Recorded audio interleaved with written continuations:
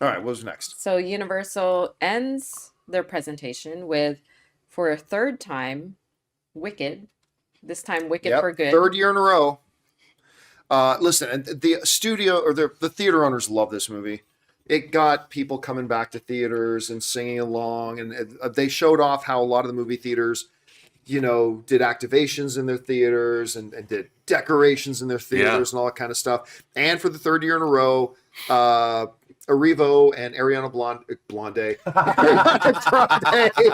That's pretty good. Ariana Blonde. Ariana know what Grande. that actually works. That's completely fine in this context. They come out again, and John M. Chu comes out, and then they show us, we're the first audience ever to get our first look at some stuff out of Wicked 2 or Wicked for Good. And listen, again, we've been saying this all year. I am not the target demo for this movie. It's not one that I would normally necessarily gravitate towards, but I loved Wicked.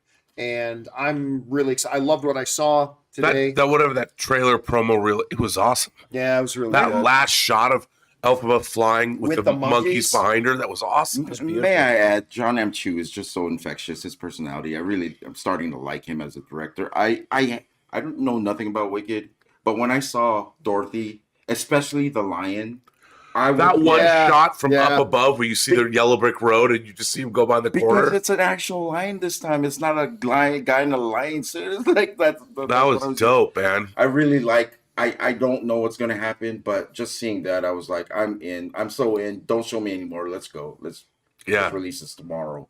I'll also say that pretty much every presentation that comes out when it's an actor or the director, they all kind of say the same thing, like, our movie's meant to be seen on the big screen. And they all and the crowd always responds to that. But when the Wicked panel said it, they meant it, and the crowd really felt it. It was you could feel the energy. I'll tell you right now, the second one will be $1 billion film. Oh yeah, for sure. I have no doubt the second one will be $1 billion film. I don't think like a $1.8 billion. No, but it'll be $1 billion film.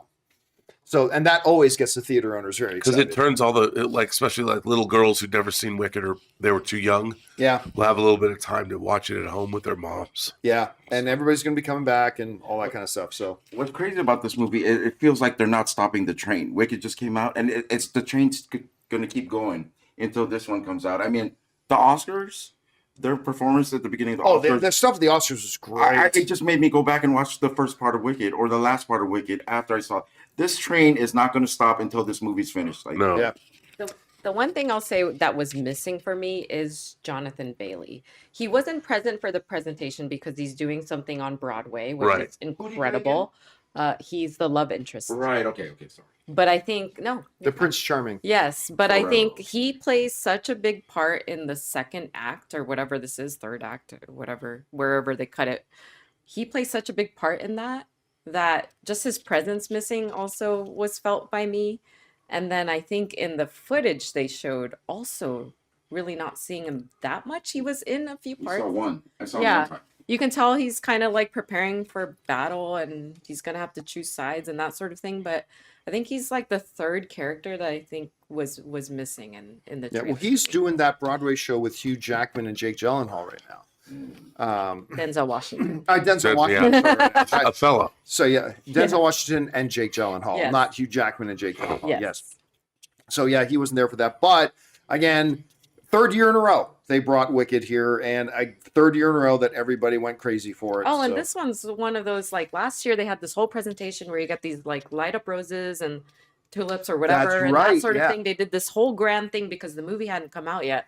This year they were like, they could have come out in like pajamas and not said anything. Yeah, it would have been fine. Yeah. The first part of the movie did so well, like they didn't even have to come back for the second part, and they did, which was amazing. Probably the loudest crowd roar for anything we've seen so far. I think so. And it was cool that Ariana Grande and Cynthia Erivo really leaned into, like you said, all the activations, and they actually showed pictures of all the different theaters, and people had dressed. It was like Halloween, but for Wicked only. Yeah. Yeah.